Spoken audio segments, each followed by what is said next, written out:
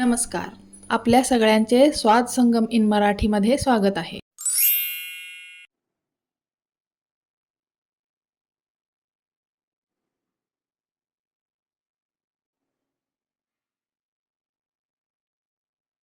आज आपण बटाट्याची साधी, सोपी आणि घरात मॅक्सिमम उपलब्ध असणाऱ्या अशाच गोष्टीपासून पटकन बनणारी अशी बटाट्याची आणि फ्लावरची भाजी बनवणार आहोत. आणि जी चवीलाही खूप छान लागते आणि पटकन बनवून तयार होते. चला तर मग बनवूया. त्यासाठी आपण ही बटाटी कुकरमध्ये शिजवून घेणार आहोत. आणि शिजल्यानंतर परत आपण याची साल काढून कट करून घेणार आहोत. चला आता आपण बघूया या भाजीसाठी लागणारं साहित्य. हा आहे बटाटा जो मी शिजवून साली काढून कट करून घेतलेला आहे. हा फ्लावर आहे. टोमॅटो, एक मीडियम साईजचा टोमॅटो आहे, तो मी कट करून घेतलेला आहे. ही कोथिंबीर, ही लसूण, कोथिंबीर आणि आल्याची पेस्ट आहे. हे चवीपुरतं मीठ आणि हा आहे कढीपत्ता.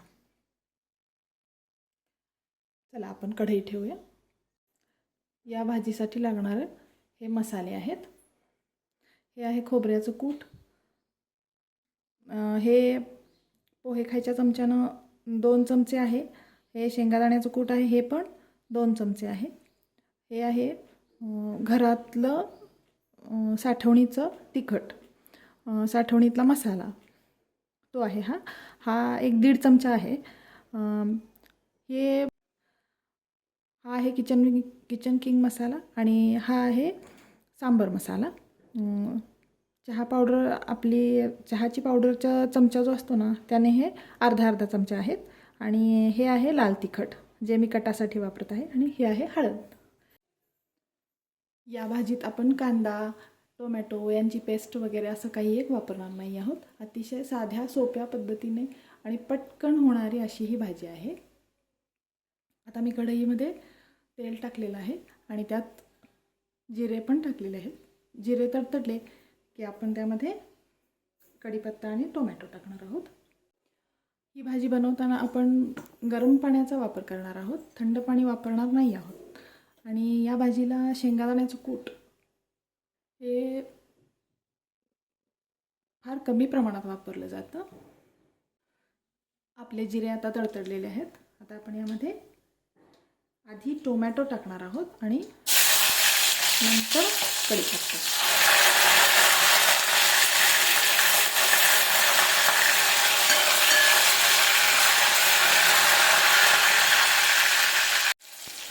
आता आपण यामध्ये फ्लावर टाकणार आहोत, कारण बटाटा हा आपण शिजवून घेतलेला आहे, त्यामुळं फ्लावर पटकन शिजला जातो तेलामध्ये टाकल्यानंतर.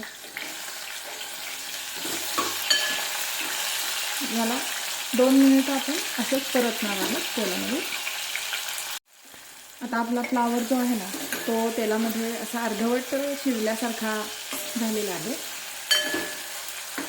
आता आपण यामध्ये आलं, लसूण आणि कोथिंबीरची जी पेस्ट आहे ना, ती टाकणार आहोत. आणि याला फक्त 3 ते 4 सेकंदच आपण असं परतणार आहोत तेलामध्ये, कारण हे पटकन शिजतं ना लसूण आणि कोथिंबीर जी असते ती.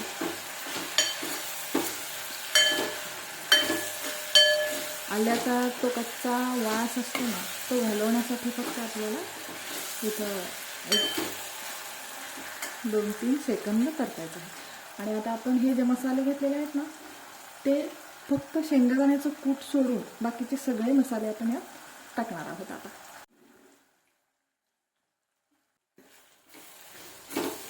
आणि याला पण फक्त 2 ते 3 सेकंदच आपण तेलामध्ये परतणार आहोत. आता यामध्ये आपण थोडंसं पाणी टाकणार आहोत. हे गरम पाणी आहे.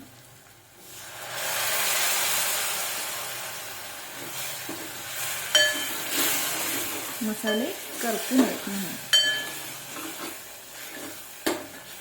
त्यांचा वास निघून जाऊ नये म्हणून थोडंसं पाणी आपण टाकणार आहोत. आणि आता आपल्याला या स्टेजला आपला बटाटा टाकून घ्यायचा आहे. या बटाट्याच्या फोडी या भाजीसाठी ना थोड्याशा मोठ्या ठेवायच्या.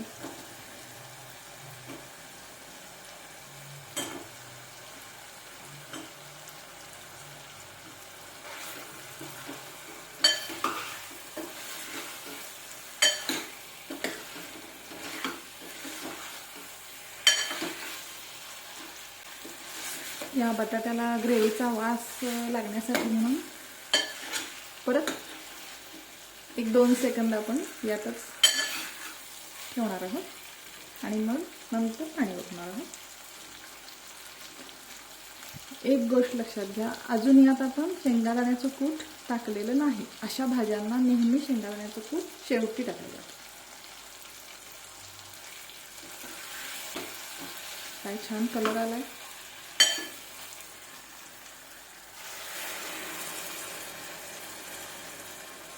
आता तुम्हाला किती कन्सिस्टन्सी हवी आहे त्यानुसार पाणी ओतायचं आहे.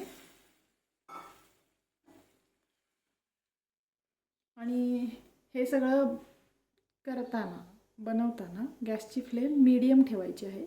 जास्त स्लो पण नाही ठेवायची आणि जास्त हाय पण नाही ठेवायची.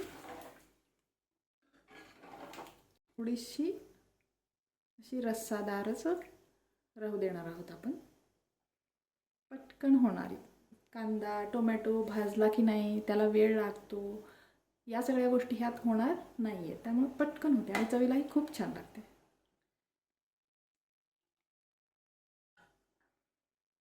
आता मी गॅसची फ्लेम थोडीशी मोठी करत आहे.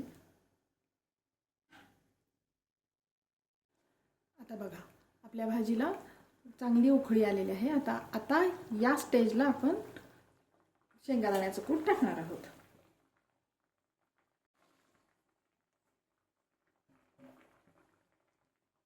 आता गॅसची फ्लेम जी आहे ना ती स्लो करायची आहे. आणि याला आता बटाटा तर आपला शिजलेलाच आहे, पण फ्लावर बटाटा या सगळ्यांना एकजीव होण्यासाठी म्हणून 10 ते 15 मिनिटं याला स्लो फ्लेम करून शिजू द्यायचं आहे आपल्याला. ही बघा आता आपली भाजी तयार आहे. आता याला 10 मिनिटं मी असंच उकळवू दिले आणि आता आपण गॅस बंद करणार आहोत. चला तर मग तयार आहे आपली भाजी जेवण करण्यासाठी. ही भाजी ना आपण चपाती भाकरी भात कशाबरोबर पण खाऊ शकतो आणि पुरीबरोबर सुद्धा खूप छान लागते ही भाजी आणि पटकन होणारी आहे. कशी वाटली रेसिपी? आवडली तर नक्की लाईक करा, सबस्क्राईब करा आणि चॅनलला बेल आयकॉनला क्लिक करा. थँक्यू.